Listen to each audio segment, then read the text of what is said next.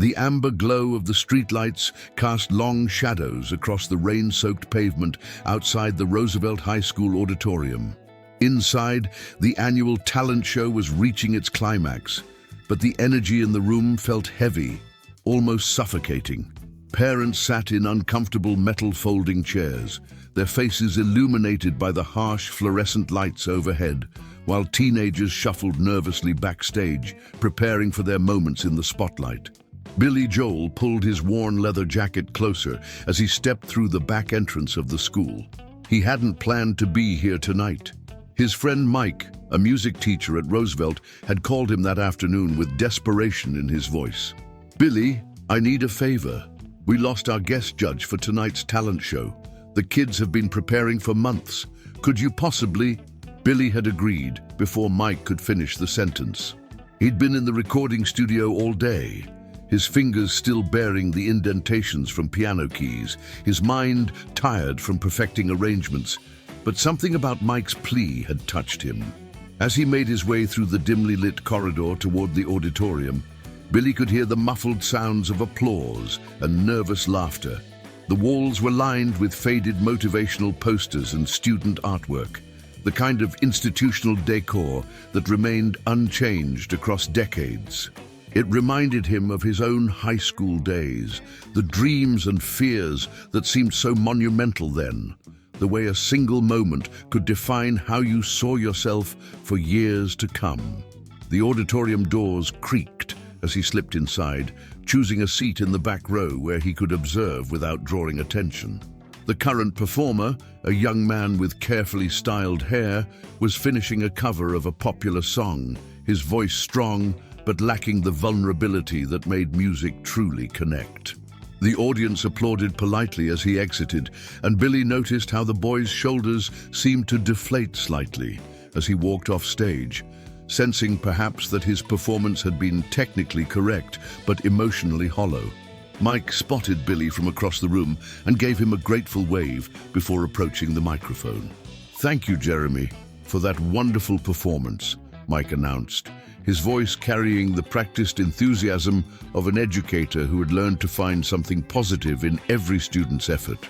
"Next up, we have Sarah Martinez performing an original composition." The auditorium fell into an expectant hush as a 17-year-old girl walked onto the stage. Billy immediately noticed something different about her entrance. While the previous performers had strutted or glided with practiced confidence, Sarah moved with the careful steps of someone who was accustomed to making herself small, to taking up as little space as possible in the world. Her dark hair hung like a curtain around her face, and she wore a simple black dress that looked like it might have been borrowed or purchased from a thrift store. In her hands, she carried an acoustic guitar that showed signs of age and heavy use, its finish worn smooth in places where countless fingers had found their familiar positions. As Sarah adjusted the microphone stand and settled onto the stool that had been placed center stage, Billy found himself leaning forward in his seat. There was something in her posture, in the way she held the guitar, that spoke of countless hours spent alone with the instrument, of songs written in the quiet moments when the world wasn't watching. He recognized it because he had been there himself, decades ago, when music was the only language that could express what words could not. The first few notes Sarah played were tentative, her fingers finding their way across the strings with the careful precision of someone who had learned to play by ear rather than through formal lessons. But as she began to sing, something magical happened in the room. Her voice, clear and haunting, cut through the ambient noise like sunlight breaking through storm clouds.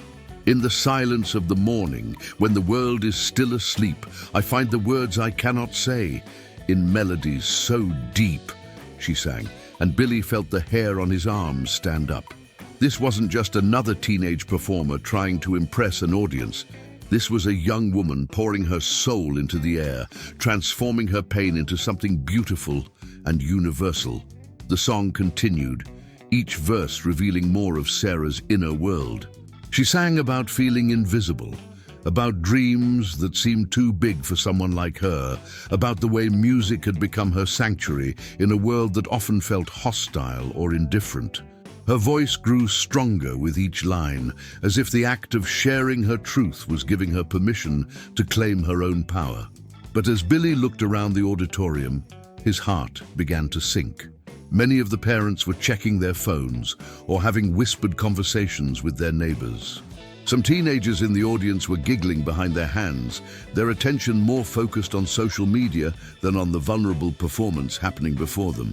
He could see Sarah noticing the lack of engagement, could watch as her confidence began to waver, her voice becoming smaller, more uncertain. Then it happened. During a particularly quiet bridge in the song, when Sarah's voice had dropped to almost a whisper as she sang about longing for someone to truly see her, a group of boys near the front began to laugh loudly. One of them, an athletic-looking teenager with an expensive haircut, stood up slightly and called out, "Are we supposed to feel sorry for her or something?" His friends erupted in laughter, and the cruel sound echoed through the auditorium like a slap. Sarah's hands trembled on the guitar strings. She missed a chord, the discordant sound amplifying her embarrassment. Her face flushed red as more students began to snicker, and Billy could see the exact moment when her fragile confidence shattered completely. She stumbled through the rest of the verse, her voice cracking with emotion, her eyes filling with tears that she tried desperately to hide. The laughter grew louder. Someone in the middle section shouted, "Next!" with cruel impatience.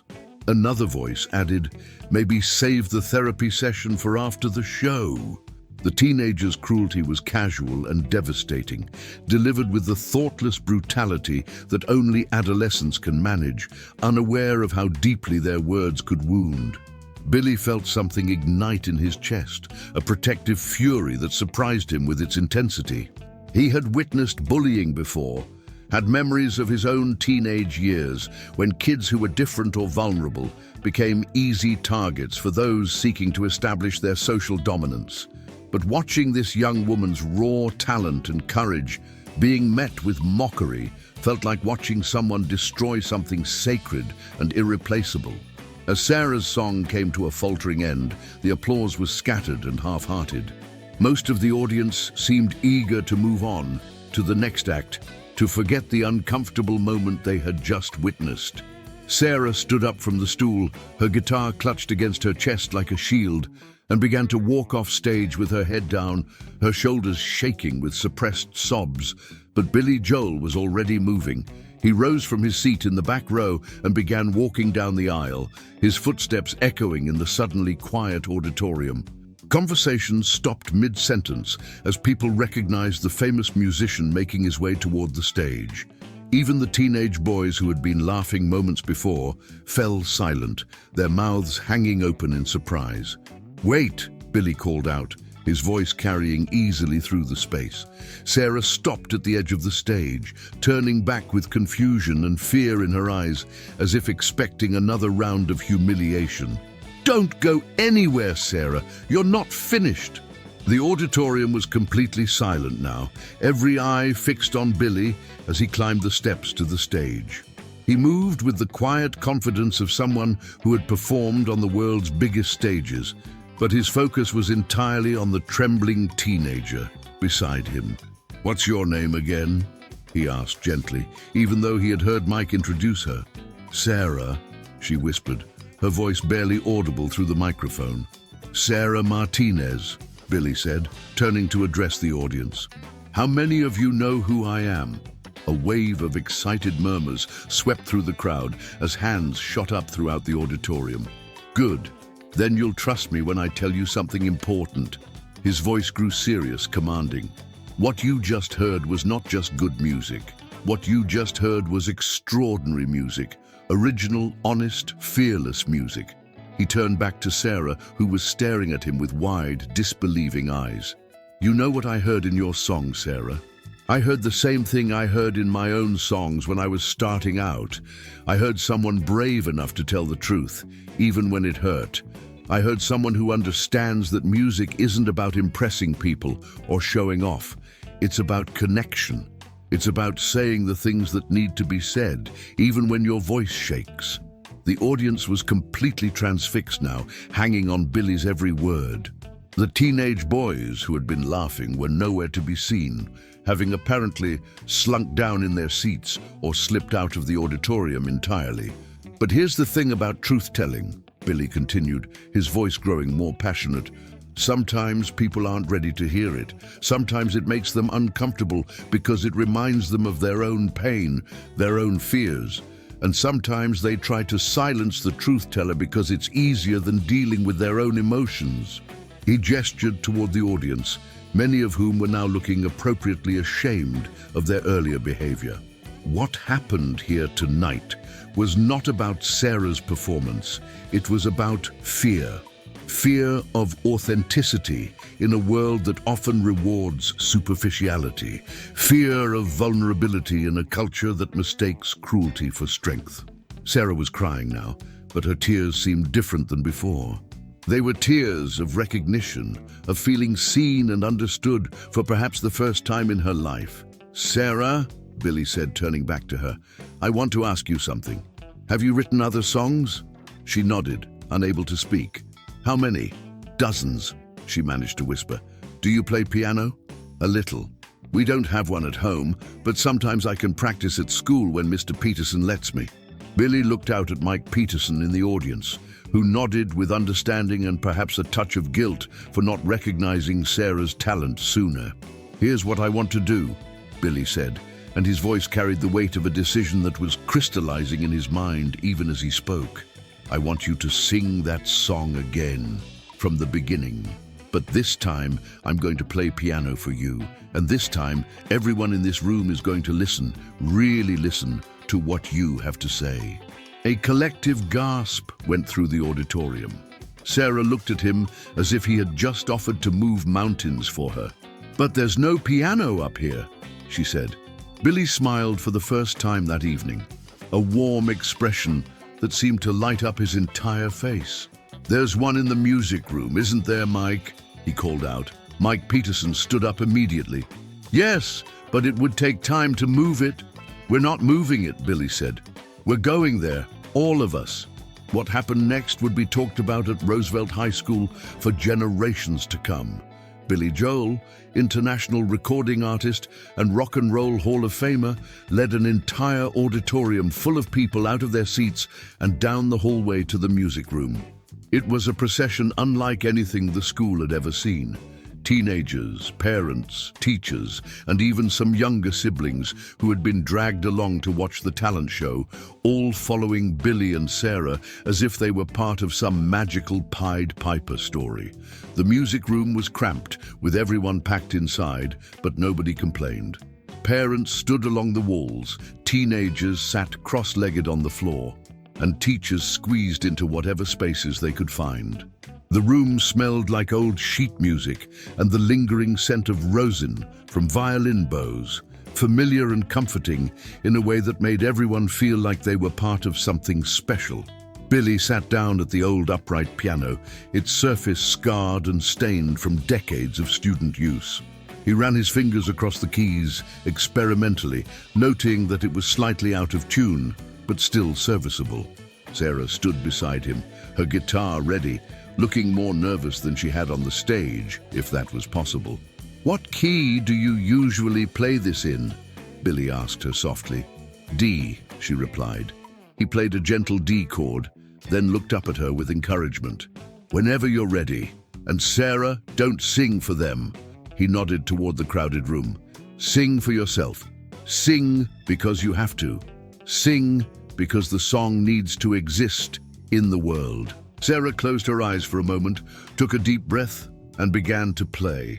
This time, her fingers found the strings with more confidence, and when she opened her mouth to sing, her voice was stronger, clearer, more certain of its right to be heard. "In the silence of the morning, when the world is still asleep, I find the words I cannot say, in melodies so deep." Billy listened for a few measures, absorbing the song's structure and emotion, and then his hands found their place on the piano keys. He didn't try to dominate the song. or show off his technical skills. Instead, he played with the sensitivity of a true accompanist, adding gentle flourishes that supported Sarah's voice without overwhelming it, creating a musical conversation between piano and guitar that elevated both instruments. As the song progressed, something beautiful began to happen in the room. The audience, packed together in the intimate space, began to really listen in a way they hadn't in the auditorium. There were no distractions here, no distance between performer and listener. Sarah's words about feeling invisible, about dreams that seemed too big, about the healing power of music, resonated in the small space like a prayer. Billy found himself genuinely moved by the sophistication of Sarah's songwriting. Her lyrics had the kind of emotional honesty that many professional songwriters spent years trying to achieve, and her melodic instincts were remarkably mature. This wasn't just a talented teenager. This was someone with a genuine gift, someone who understood music as a language of the heart. When the song ended, the silence that followed was different from the uncomfortable quiet that had greeted her earlier performance. This was the silence of people who had been deeply touched, who needed a moment to process what they had just experienced. Then, slowly, the applause began. Not the polite, obligatory clapping of a school talent show, but the kind of sustained emotional applause reserved for truly special moments. But Billy wasn't finished. He could see that Sarah was beginning to believe in herself, beginning to understand that her voice mattered, and he wanted to make sure that belief took root. "Sarah," he said, his voice carrying easily through the room, "you mentioned you've written other songs. Would you share another one with us?" The next hour passed like a dream. Sarah performed 3 more of her original compositions, each one revealing different facets of her talent and personality. There was a song about her grandmother who had raised her after her parents' divorce, full of tender details about the woman's gentle hands and the smell of her kitchen. There was a song about feeling caught between 2 worlds, the Mexican heritage of her father's family and the American culture she was growing up in, that dealt with issues of identity and belonging with remarkable nuance for someone so young. And then there was the song that made everyone in the room understand they were witnessing something extraordinary. It was called The Music Inside, and it was about the feeling of carrying songs within yourself that the world wasn't ready to hear, about the courage it took to share your inner truth, about the fear that your voice might not be good enough or important enough to matter. "I've got music inside me, fighting to be free, but the world seems so busy, too busy to see," she sang. And Billy felt as if she was describing not just her own experience, but the experience of every artist who had ever struggled to find their voice, to claim their place in the world. As he played along, creating musical landscapes that supported and enhanced her words, Billy found himself thinking about his own journey. He remembered the years of playing in clubs where people talked through his performances, the rejection letters from record companies, the moments when he had wondered if his music would ever find an audience that understood it. He remembered the breakthrough moments, the first time someone in a crowd really listened, really connected with something he had written. But most of all, he remembered the people who had believed in him before he believed in himself. The teacher who had encouraged him to keep playing even when his technique was rough around the edges. The club owner who had given him a chance when he was nobody special. The friends who had listened to his early songs and told him they mattered. Now he realized he had the opportunity to be that person for Sarah. When her final song ended, the applause was thunderous, but Billy raised his hand for quiet. The room fell silent immediately, everyone understanding that he had something important to say. "Ladies and gentlemen," he began, his voice serious and measured, "in my career, I've had the privilege of working with some incredibly talented musicians. I've played with orchestras, with jazz legends, with rock and roll Hall of Famers, but I want you to know that what we've just experienced here tonight is as genuine and as moving as any music I've ever been part of." He turned to look at Sarah, who was staring at him with tears streaming down her face. Sarah, you have something that can't be taught and can't be faked. You have the ability to transform your pain into beauty, to take your personal truth and make it universal. That's not just talent, that's artistry. The room was completely silent, everyone understanding that they were witnessing a moment that would change Sarah's life forever. I want to make you an offer, Billy continued. I want you to come to my studio next weekend. I want to help you make a proper recording of these songs, and I want to introduce you to some people who can help you take your music to the next level. The gasps and exclamations from the audience were audible, but Sarah seemed to be in shock. She opened her mouth to speak, but no words came out. You don't have to answer now, Billy said gently. Talk to your family. Think about it. But Sarah, I need you to understand something. What happened in that auditorium earlier tonight, that cruelty, that dismissal, that's not a reflection of your worth as an artist or as a person. That's about other people's inability to recognize something beautiful when they see it. He stood up from the piano bench and walked over to where she was standing, her guitar still in her hands. The music industry can be brutal. People will tell you no, tell you you're not good enough, tell you to give up and be realistic. But if you have something real to say, and you have the courage to keep saying it, eventually the world will listen. Billy reached into his jacket pocket and pulled out a business card.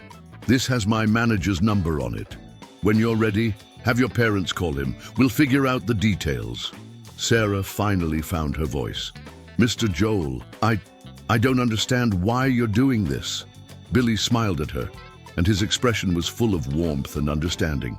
Because 30 years ago, I was a kid from Long Island with a piano and a head full of songs that nobody wanted to hear.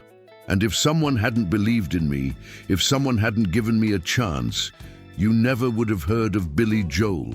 He paused, looking around the room at all the faces watching this exchange. But also because what I heard tonight reminded me why I fell in love with music in the first place. It's not about fame or money or selling records. It's about connection. It's about taking the things that make us human, our fears, our hopes, our pain, our joy, and turning them into something that helps other people feel less alone. The music teacher, Mike Peterson, stepped forward from where he had been standing against the wall. Billy, I can't thank you enough for what you've done here tonight, for Sarah, and honestly, for all of us. Billy shook his hand warmly. Mike, you've got something special here. This young woman has been under your nose. And I'm betting there are others like her in your classes. Sometimes we get so focused on the kids who are naturally confident, naturally outgoing, that we miss the ones who have the deepest wells of creativity.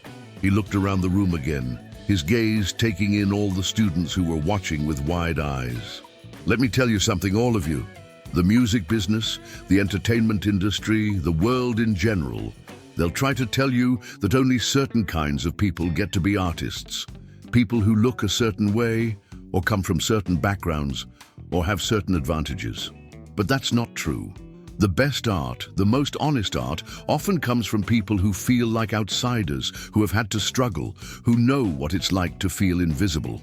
A girl near the back of the room raised her hand tentatively. Billy nodded at her to speak. Mr. Joel, she said, her voice nervous but determined. What if you're not as good as Sarah? What if you have songs, but they're not, special enough? Billy's face softened with understanding. What's your name? Emma. Emma, let me ask you something. When you write a song or when you sing, how does it make you feel? She thought for a moment. Like I'm more myself than I am any other time. Like I'm saying things I can't say any other way. Then your songs are special enough, Billy said firmly. Music isn't a competition. It's not about being better than Sarah, or better than me, or better than anybody else. It's about being authentic. It's about having something to say and finding the courage to say it. He walked over to where Emma was sitting on the floor. The world needs your voice, Emma. It needs Sarah's voice. It needs all of your voices. Because each one of you has experienced things that no one else has experienced exactly the same way. Each one of you has a perspective that no one else can offer. Another student, a boy with braces and thick glasses who looked like he had never spoken up in a group setting in his life, raised his hand. "What is it?" Billy encouraged him. "I write songs too, but they're kind of weird. They're about things like science fiction and video games and stuff. Nobody takes them seriously." Billy laughed, but it was a warm, inclusive laugh, not mocking in any way. "You know what? Some of my biggest hits are about pretty ordinary things. I wrote a song about a piano man in a bar. I wrote a song about growing up on Long Island. I wrote a song about an old man and a sailor. The subject matter doesn't make a song good or bad. It's the honesty you bring to it, the way you make people care about what you're singing about." He looked around the room again. "How many of you have written songs or poems or stories that you've never shared with anyone?" Nearly every hand in the room went up. "Why haven't you shared them?" "Because they're not good enough," one student called out. "Because people would think they're stupid," said another. "Because I'm not a real musician," said a third. Billy nodded with understanding. "I get it. I really do. But here's something I've learned in my career. The songs that I was most afraid to share, the ones that felt too personal or too strange or too vulnerable, those ended up being the ones that connected with people the most." He walked back to the piano and sat down on the bench. "Can I tell you about a song I almost didn't record? It's called Piano Man. I thought it was too simple, too much like a story, and not enough like a real song. I was embarrassed by it because it wasn't sophisticated enough, wasn't cool enough. But my producer convinced me to put it on the album, and it became the song that most people associate with me." He played a few bars of Piano Man, and immediately several people in the room began humming along. "The point is," Billy continued, "you never know which of your songs is going to be the one that matters to somebody else. The song that seems weird to you might be exactly what someone else needs to hear. The song that feels too personal might help someone else feel less alone with their own struggles." Sarah, who had been listening to this entire exchange with growing amazement, finally spoke up. "Mr. Joel, can I ask you something?" "Of course." "Earlier tonight, when I was singing in the auditorium and people were laughing, did you ever have that happen to you?" Billy's expression grew serious, and for a moment, the room was completely quiet. "Oh, Sarah, more times than I can count. I remember one night, I must have been about your age, I was playing at this little club on Long Island. I was trying to perform this song I had written about my father leaving when I was young. It was very personal, very emotional for me. And there were these guys at a table near the front who started making jokes, talking loudly, trying to get me to stop so they could hear the jukebox instead." He paused, his fingers absently picking out a soft melody on the piano keys. "I wanted to stop playing. I wanted to pack up my keyboard and go home and never perform again. But there was this one person, a woman sitting by herself at the bar, and I could see that she was really listening. She had tears in her eyes, and I realized that my song was connecting with her, was maybe helping her deal with something difficult in her own life." "What did you do?" Sarah asked. "I kept playing. I played for that one person who was listening, who needed to hear what I had to say. And you know what I learned that night? You don't need everyone to understand your music. You don't need everyone to appreciate what you're doing. You just need to reach one person, to make one connection, to help one human being feel less alone in the world." He looked directly at Sarah. "Tonight, when those kids were laughing at you, I saw something in your face that I recognized. I saw an artist questioning whether her art mattered, whether she had the right to share her truth with the world. And I couldn't let that happen. I couldn't let you walk off that stage thinking that their reaction was a reflection of your worth." "But why?" Sarah pressed. "You don't even know me." Billy was quiet for a moment, and when he spoke, his voice was soft but clear. "Because someone did that for me once. When I was starting out, when I was getting rejected by record companies and playing in clubs where nobody listened, There was a disc jockey named Rosalie Trombley who heard one of my songs on a demo tape. She played it on the radio in Detroit, and it became a hit there before anybody in New York or LA had even heard of me. He smiled at the memory. She didn't have to do that. I was nobody, just another struggling musician with a tape full of songs. But she heard something in my music that she thought people needed to hear, and she used her platform to share it with the world. That one act of belief, that one person taking a chance on my music, changed the entire course of my life. So tonight, he continued, when I saw you on that stage, sharing something real and vulnerable and beautiful, and I saw the way some people in the audience were treating it, I knew I had to do what Rosalie Trombley did for me. I had to use whatever platform I have, whatever credibility I've built up over the years, to tell people that what you're doing matters. The room was completely silent, everyone absorbing the weight of what Billy was saying. A parent near the back of the room raised her hand. Mr. Joel, what you've done tonight, it's incredible. But what advice would you give to those of us who are parents? How do we support our kids' artistic dreams without setting them up for disappointment? Billy nodded thoughtfully.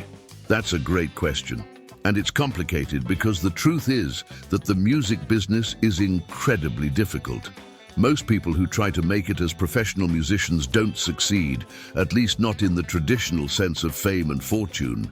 He stood up from the piano bench and walked to the center of the room. But here's what I think we get wrong when we talk about making it in music.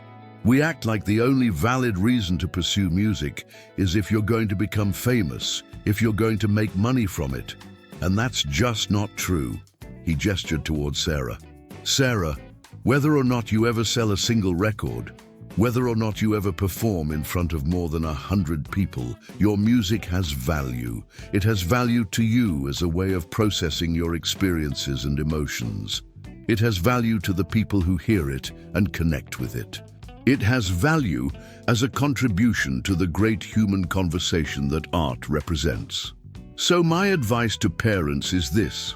Encourage your kids to pursue music not because it might make them rich and famous, but because it might make them more fully human.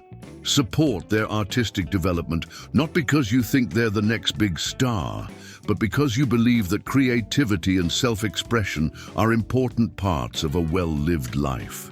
Another parent spoke up. But how do we balance that with practical concerns? How do we encourage creativity while also making sure our kids can support themselves? You know, Billy said, I think that's a false choice.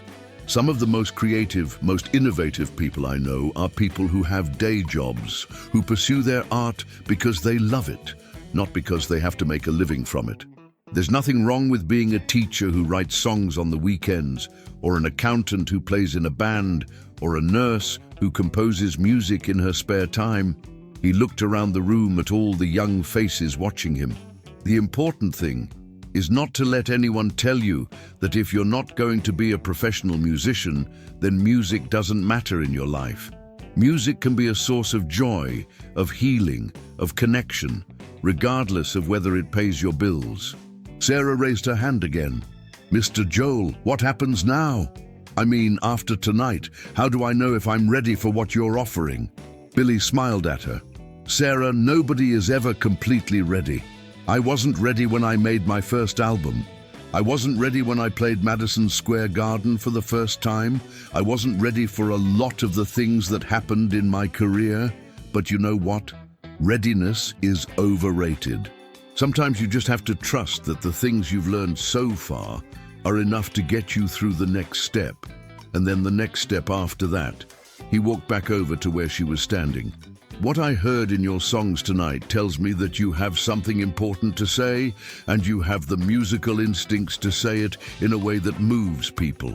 Everything else, the technical skills, the industry knowledge, the professional experience, those things can be learned. But what you have, that core of authentic artistry, that can't be taught. But what if I'm not good enough? She asked, her voice small and vulnerable. Sarah, Billy said gently, what if you are? The silence that followed that question seemed to stretch forever. Sarah stood there, her guitar in her hands, tears streaming down her face, grappling with a possibility that had never occurred to her before, that maybe, just maybe, her dreams weren't too big for someone like her. Finally, she spoke. "Okay," she whispered. "Okay, I want to try." The applause that erupted from the room was spontaneous and emotional. The sound of people who had just witnessed something extraordinary.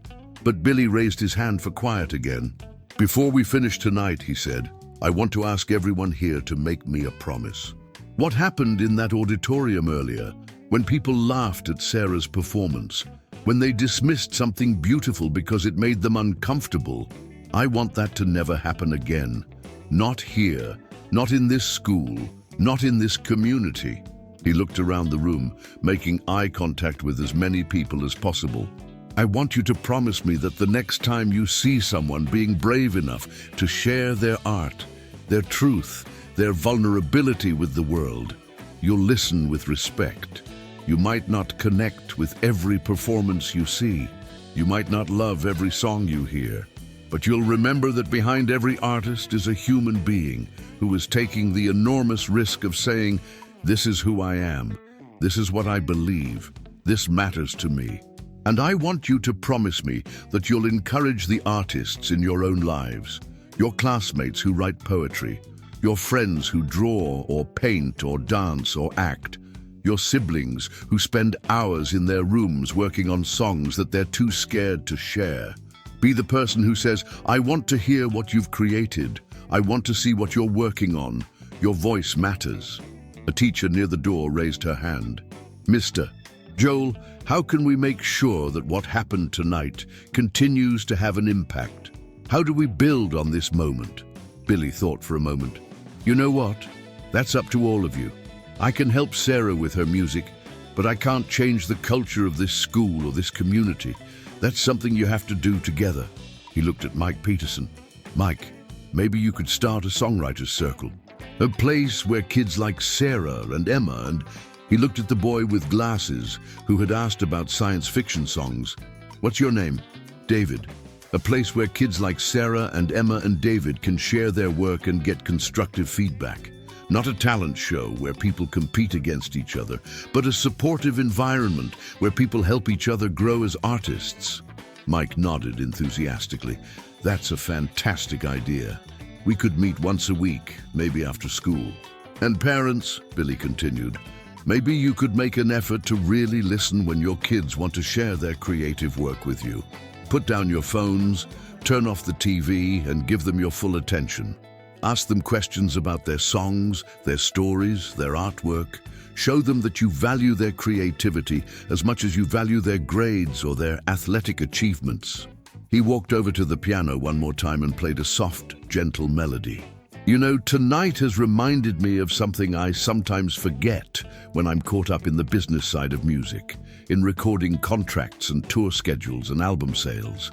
It's reminded me that music at its core is about human connection.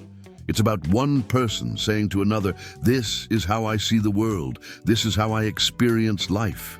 Do you see it this way too?" "Sarah," he said, turning to look at her, "when you sing your songs, you're extending an invitation to everyone who hears them. You're saying, 'Come into my world for a few minutes. Let me share my perspective with you. Maybe we'll find that we have more in common than we thought.' And the most beautiful thing about that invitation is that sometimes people accept it. Sometimes a perfect stranger hears your song and thinks, 'Yes, that's exactly how I feel too. I thought I was the only one who felt that way.' That's the magic of music. That's why it matters." Billy stood up from the piano bench and looked around the room one final time. "Ladies and gentlemen, students and teachers and parents, thank you for letting me be part of this extraordinary evening. What started as a favor for an old friend has turned into one of the most meaningful nights of my entire career." He paused, his voice becoming more emotional. "I've played for presidents and royalty. I've performed in the world's most famous concert halls. But I will never forget the privilege of sitting at this old, out-of-tune piano and accompanying a 17-year-old girl who reminded me why I fell in love with music in the first place. As the crowd began to disperse, people lingering to talk in small groups, sharing their own stories of creativity and dreams deferred or pursued, Billy noticed Sarah's grandmother approaching. She was a small, elderly woman with silver hair and kind eyes, moving carefully with the aid of a walking cane. "Mijo," she said to Billy, using the Spanish term of endearment that made him smile. "I am Maria Martinez, Sarah's abuela. I need to thank you for what you did tonight." Billy took her hand gently. "Mrs. Martinez, Sarah is an extraordinary young woman. You should be very proud of her." Maria's eyes filled with tears. "She gets her music from her grandfather, my husband Miguel. He died when Sarah was 12, but he used to play guitar and sing to her when she was little. After he passed, she started writing songs about missing him, about the stories he used to tell her about Mexico, about feeling caught between two worlds. That explains so much about her depth as a songwriter," Billy said. "She has an old soul." "Mr. Joel," Maria continued, "we don't have much money. Sarah's mother works 2 jobs just to keep us afloat. I worry that we won't be able to give Sarah the opportunities she needs to develop her gift." Billy knelt down slightly to look Maria directly in the eyes. "Mrs. Martinez, talent like Sarah's finds a way, and I meant what I said about helping her. This isn't charity. This is an investment in something beautiful that deserves to be nurtured." He reached into his pocket and pulled out another business card, this one with his personal number handwritten on the back. "This is my direct line. Have Sarah call me this weekend, and we'll figure out how to move forward. But Mrs. Martinez, I need you to know that your granddaughter's education comes first. Whatever we do with her music, it can't interfere with her finishing high school and going to college, if that's what she wants." Maria squeezed his hand with surprising strength. "Gracias, Mr. Joel. You have given our family hope tonight." As Maria walked away to collect Sarah, who was still surrounded by classmates and teachers eager to congratulate her, Billy felt a tap on his shoulder. He turned to find David, the boy who had asked about science fiction songs. "Mr. Joel," David said nervously, "I wanted to give you something." He held out a folded piece of paper. "It's the lyrics to one of my songs. I know it's probably stupid compared to Sarah's stuff, but..." Billy took the paper and unfolded it, reading the handwritten lyrics carefully. The song was called Binary Dreams, and it told the story of a computer program that gained consciousness and wondered about the nature of its own existence. The metaphor was clever, using the language of technology to explore deeply human questions about identity, purpose, and connection. "David," Billy said, looking up from the paper, "this is brilliant. This isn't stupid at all. It's innovative. You're taking concepts that most people think are cold and mathematical, and you're finding the humanity in them. That's what great songwriters do." David's face lit up with disbelief and joy. "Really? Really? Have you put music to these lyrics?"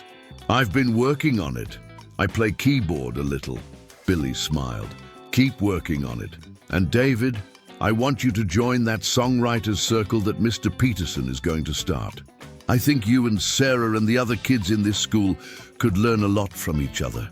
As David walked away, clutching the paper with his lyrics and grinning from ear to ear, Billy reflected on the ripple effects of what had happened tonight. Sarah's courage in sharing her music had created space for other young artists to believe in themselves, to imagine that their voices might matter too. Mike Peterson approached as Billy was packing up his jacket. "Billy, I can't begin to express my gratitude for what you've done here tonight. You've changed that girl's life, maybe changed all of their lives." "Mike," Billy replied, "I think they changed mine too. I came here tonight feeling tired, feeling like maybe I'd lost touch with why I got into music in the first place. But watching Sarah perform, seeing the raw honesty in her songs, hearing David's creative approach to songwriting, it reminded me that music isn't just entertainment. It's medicine. It's connection. It's a way for people to make sense of their lives and feel less alone in the world." "What happens next for Sarah?" Mike asked. Billy thought for a moment. I'm going to start by having her come to my studio next weekend, like I said. We'll record a few of her songs professionally, give her a chance to hear what her music sounds like when it's properly produced. Then I want to introduce her to some people, other songwriters, maybe some A&R folks who understand artistry when they hear it.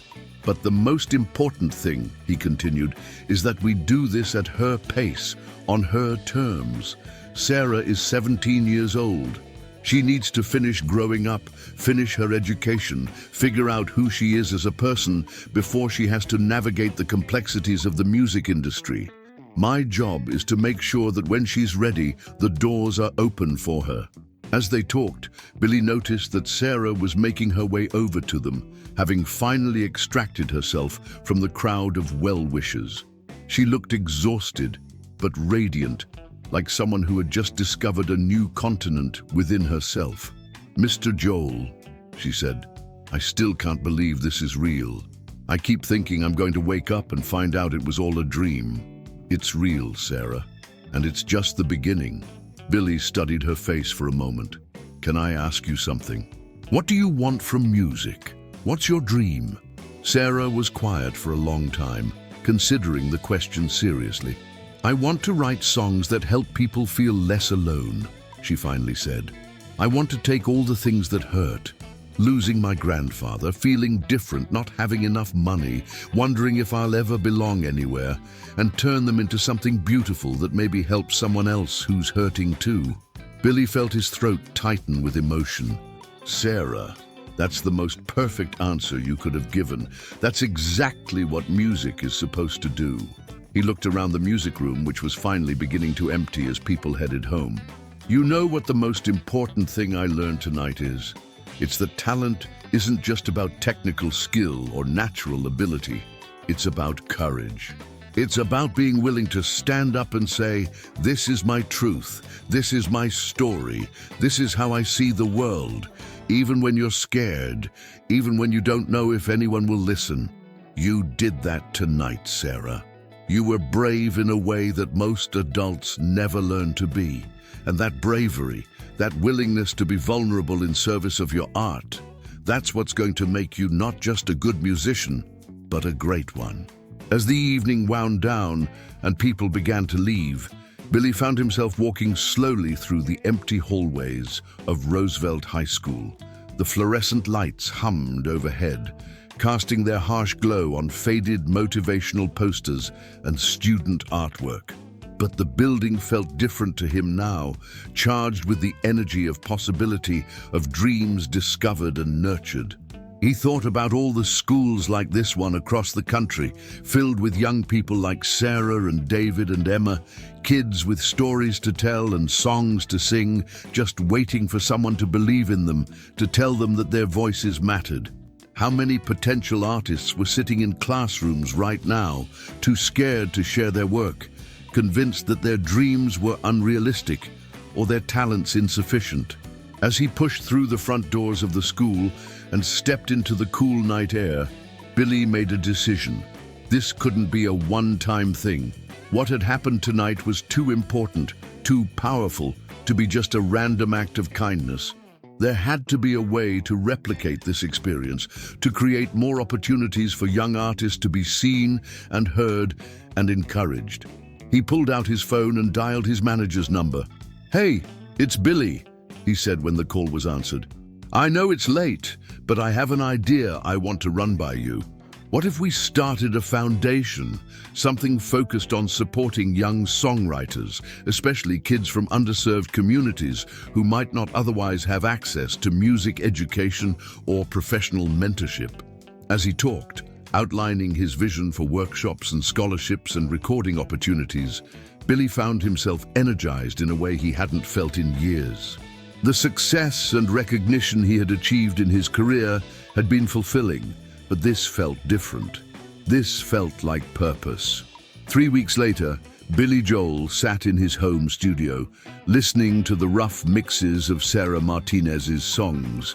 The recordings had turned out even better than he had hoped. Sarah's voice, supported by professional musicians and state-of-the-art equipment, had lost none of its raw emotional power while gaining a polish and clarity that made her songs even more affecting. But the most remarkable thing had been watching Sarah in the studio. She had been nervous at first, intimidated by the professional environment and the accomplished session musicians Billy had hired to back her up. But once she started singing, all of that fell away. She had an instinct for performance, for knowing how to communicate the emotional core of a song that couldn't be taught. The studio experience had also revealed the full scope of Sarah's songwriting ability. In addition to the songs she had performed at the talent show, she had brought a notebook filled with dozens of other compositions. Some were still works in progress, half-finished thoughts and emotional fragments, but others were fully realized masterpieces that showcased her growing sophistication as a writer. There was Abuela's Hands, a tender ballad about her grandmother's strength and sacrifice. There was Two Worlds, the song about cultural identity that she had performed at the school. And there was a new song called The Night Everything Changed, which she had written in the days following the talent show, about the experience of being seen and believed in for the first time. Billy had also kept his promise to David, the boy with the science fiction songs. David had joined the songwriters' circle that Mike Peterson had organized, and his unique voice was already beginning to influence the other young writers in the group. Billy had even invited him to the studio to record a demo of Binary Dreams, which had turned out to be as innovative and moving as he had hoped. But it wasn't just Sarah and David who had been transformed by that night at Roosevelt High School. The entire school community seemed different. The songwriters' circle had grown from 6 students to over 20, and the quality of work being produced was remarkable. More importantly, the culture around artistic expression had shifted. Students were more willing to take creative risks, to share vulnerable work, to support each other's artistic development. The story had also spread beyond the school. Local media had picked up on what had happened, and Billy found himself fielding interview requests from journalists who wanted to know more about his impromptu mentorship of Sarah Martinez. He had been careful in his responses, protecting Sarah's privacy while also using the platform to advocate for arts education and support for young artists. But the most meaningful response had come from other communities. Billy had started receiving letters from teachers, parents, and students across the country, sharing their own stories of young artists who needed encouragement and support. The foundation he had started, the Billy Joel Foundation for Young Songwriters, was already receiving applications from schools and community centers that wanted to host workshops and mentorship programs. As Billy sat in his studio, listening to Sarah's voice fill the room with its honesty and power, he reflected on the journey that had led him here. His own path to musical success had been long and often difficult, marked by rejection and self-doubt, by moments when he had wondered if his dreams were worth pursuing. But tonight, listening to these recordings, he understood that every struggle had been preparation for this moment. Every song he had written, every performance he had given, every lesson he had learned about the music business had been leading him toward the opportunity to help young artists like Sarah find their voices. His phone rang, interrupting his thoughts. The caller ID showed Sarah's number. "Hello, Sarah. How are you feeling about the recordings?" "Mr. Joel," Sarah's voice was filled with excitement. "I just heard the final mixes that you sent over. I can't believe that's really me singing. I sound like a real artist."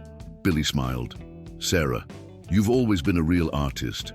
We just gave your artistry the setting it deserved. I have some news," Sarah continued. "I got accepted to Berklee College of Music. They offered me a partial scholarship." Billy felt a surge of pride and satisfaction. "Sarah, that's incredible news. Berklee is one of the best music schools in the world. You're going to learn so much there." "I couldn't have done it without what happened that night at the talent show," Sarah said. "Not just because of the connections you've helped me make, but because you taught me to believe in myself. Before that night, I never would have had the courage to audition for a school like Berkeley. What you did that night at the talent show, the courage you showed in sharing your truth even when people were laughing at you, that took more bravery than most people show in their entire lives," Billy replied. "Everything that's happened since then is just the natural result of that bravery." "There's something else," Sarah said. "I've been working on a new song. It's called The Music Teacher's Gift, and it's about what happened that night, about how one person's belief can change everything. I want to perform it at graduation." "I'd love to hear it," Billy said. Would you maybe want to play piano for me again at graduation? I know it's a lot to ask." Billy didn't hesitate. "Sarah, it would be my honor." 2 months later, Billy Joel sat at another out-of-tune piano, this one on the stage of Roosevelt High School's gymnasium, which had been decorated with balloons and banners for the graduation ceremony. The graduating class of 2025 sat in folding chairs on the gymnasium floor, their families packed into the bleachers, everyone dressed in their finest clothes for this milestone occasion. Billy had arrived early, wanting to practice with Sarah one more time before the ceremony. But he had also wanted to see Mike Peterson, to check in on how the Songwriters Circle was developing and to discuss plans for expanding the program to other schools. The results had been even better than Billy had hoped. The weekly meetings had become the highlight of many students' weeks, a safe space where they could share their most personal work and receive constructive feedback from peers who understood the vulnerability required for authentic artistic expression. Several students had been inspired to apply to music programs at colleges they never would have considered before. Others had started performing at local open mic nights, building confidence and finding audiences for their work. But perhaps most importantly, the program had created a culture of artistic support and encouragement that was beginning to spread throughout the school. Teachers in other subjects were incorporating creative elements into their curricula. Students were more willing to take risks, to share their perspectives, to engage with difficult topics through artistic expression. As the graduation ceremony began, Billy watched from his position at the piano as Sarah Martinez walked across the stage to receive her diploma.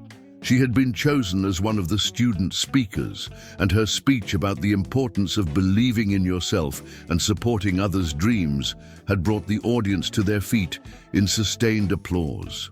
But now came the moment Billy had been anticipating. Sarah approached the microphone at the center of the stage, her guitar in her hands, and looked out at the assembled crowd of graduates, families, and community members. 4 months ago, she began, I stood on this stage and performed a song that I had written about feeling invisible, about wondering if my voice mattered in the world. Some people in the audience that night didn't understand what I was trying to share, and their reaction almost convinced me to give up on music entirely. She paused, looking directly at Billy, who nodded at her with encouragement. But then, something extraordinary happened. Someone who had every reason to leave that auditorium and forget about what he had seen decided instead to use his voice, his platform, his credibility to tell the world that my music mattered. Billy Joel didn't just change my life that night. He taught all of us about the power of belief, about the responsibility we have to lift each other up, about the way that art can transform both the artist and the audience.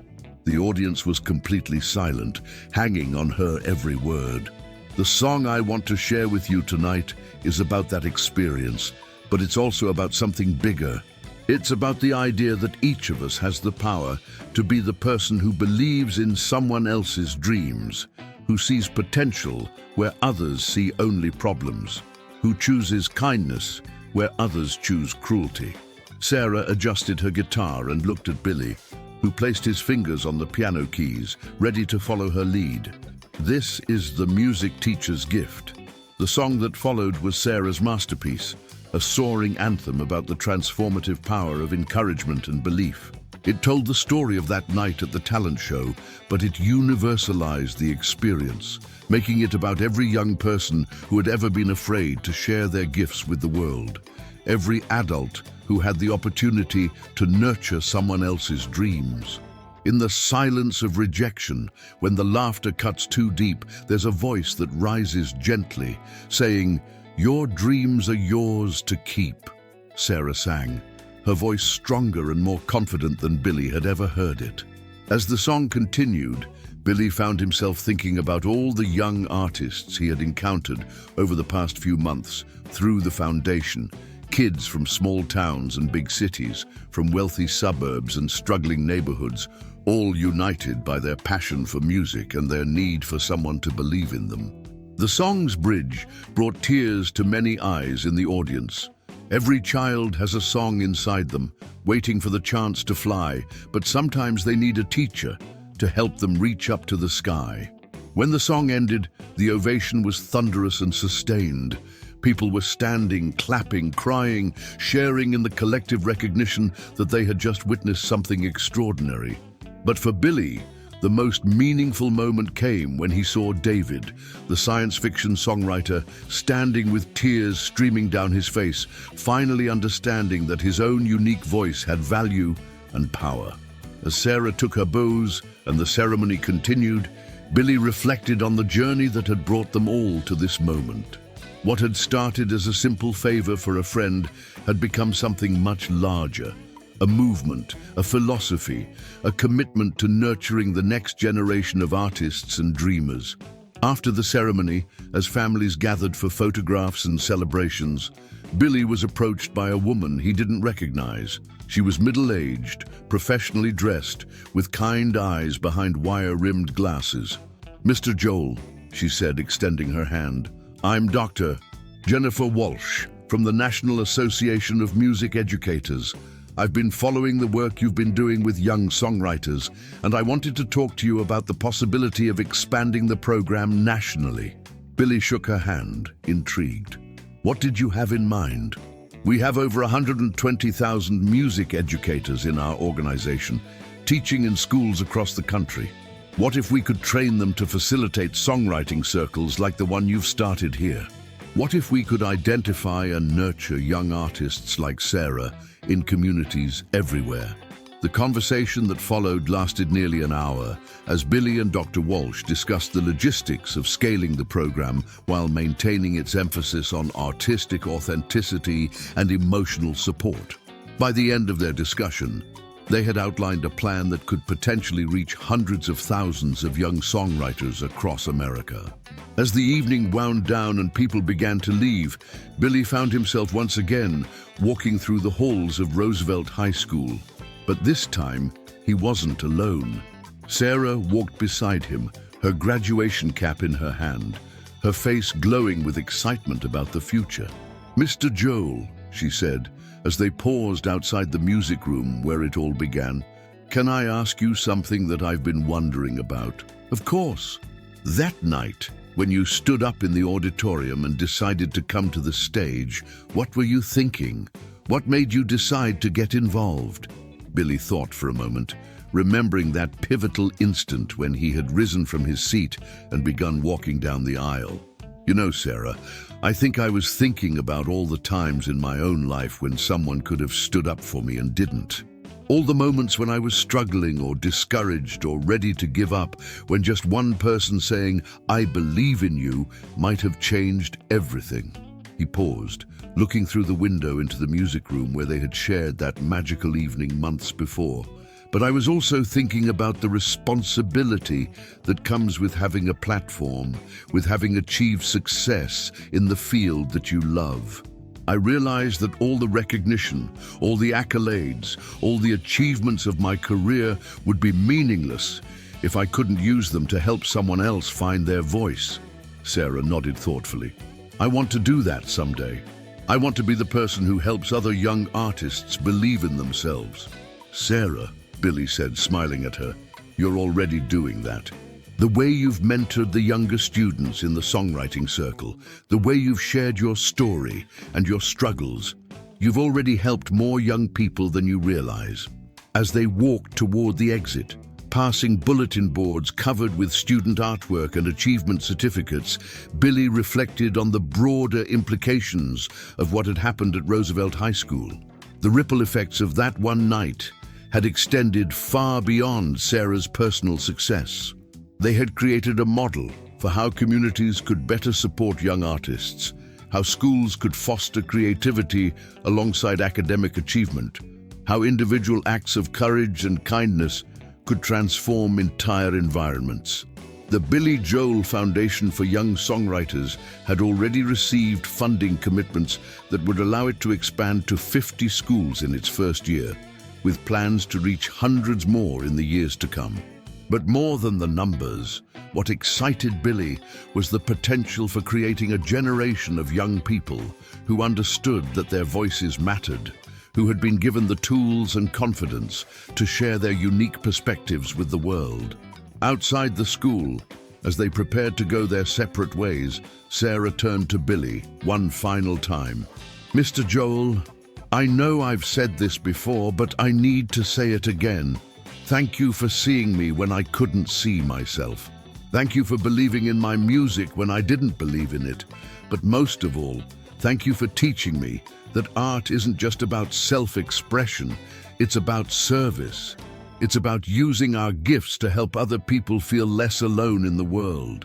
Billy felt his eyes fill with tears at the maturity and wisdom in her words. "Sarah, you've given me as much as I've given you. You've reminded me why I became a musician in the first place. You've shown me that success isn't just about personal achievement. It's about using whatever platform you have to lift others up." They hugged goodbye, and as Billy walked to his car, he felt a profound sense of completion and purpose. The young woman he had met 4 months ago, trembling on a stage while cruel laughter echoed around her, was now heading off to one of the world's most prestigious music schools, armed with the confidence and skills she would need to develop her extraordinary talent. But even more importantly, Sarah had become a teacher herself, someone who understood the power of encouragement and the responsibility that comes with artistic gifts. The cycle would continue, as she and the other young artists they had nurtured went out into the world and found ways to support and believe in the next generation of dreamers. As Billy drove home through the quiet suburban streets, he thought about all the schools like Roosevelt across the country, filled with young people who had stories to tell and songs to sing, just waiting for someone to tell them that their voices mattered. The work he had started here was just the beginning of what he hoped would become a movement, a cultural shift toward recognizing and nurturing artistic potential wherever it appeared. The radio in his car was playing one of his old hits, Piano Man, and as he listened to the familiar words about Saturday crowds and sad-eyed dreamers, Billy realized that the song had taken on new meaning for him. It wasn't just about the characters in that long-ago bar. It was about everyone who had ever felt invisible, everyone who had ever wondered if their dreams were worth pursuing, everyone who needed someone to believe in them. He thought about Sarah, probably at home right now, playing her guitar and working on new songs, preparing for the next chapter of her journey. He thought about David, whose science fiction compositions were starting to gain recognition in online music communities. He thought about Emma and all the other young artists who had found their voices through the songwriting circle. But mostly, he thought about the lesson that night at Roosevelt High School had taught him, that the most important thing an artist can do is not just create beautiful work, but use their platform and influence to help others find their own creative voices. Success in the arts wasn't just about individual achievement. It was about building a community of creators who supported and lifted each other up. As he pulled into his driveway, Billy made a silent promise to himself and to all the young artists whose lives he hoped to touch through the foundation. He would never again take for granted the power of encouragement, the importance of seeing potential where others saw only problems, the transformative magic that could happen when someone with a platform chose to use it in service of others' dreams. The night that had started as a simple favor for a friend had become something much more significant. A reminder that the most meaningful success comes not from what we achieve for ourselves, but from what we make possible for others. And as Billy Joel walked into his house, he was already planning the next workshop, the next mentorship opportunity, the next chance to tell a young artist that their voice mattered in the world. Never underestimate the power of believing in someone's dreams. You never know when your encouragement might be the thing that changes not just their life, but the lives of everyone they go on to inspire. If this story touched your heart, please like this video, subscribe to our channel, and share your own stories of teachers, mentors, or strangers who believed in you when you couldn't believe in yourself. Your voice matters too.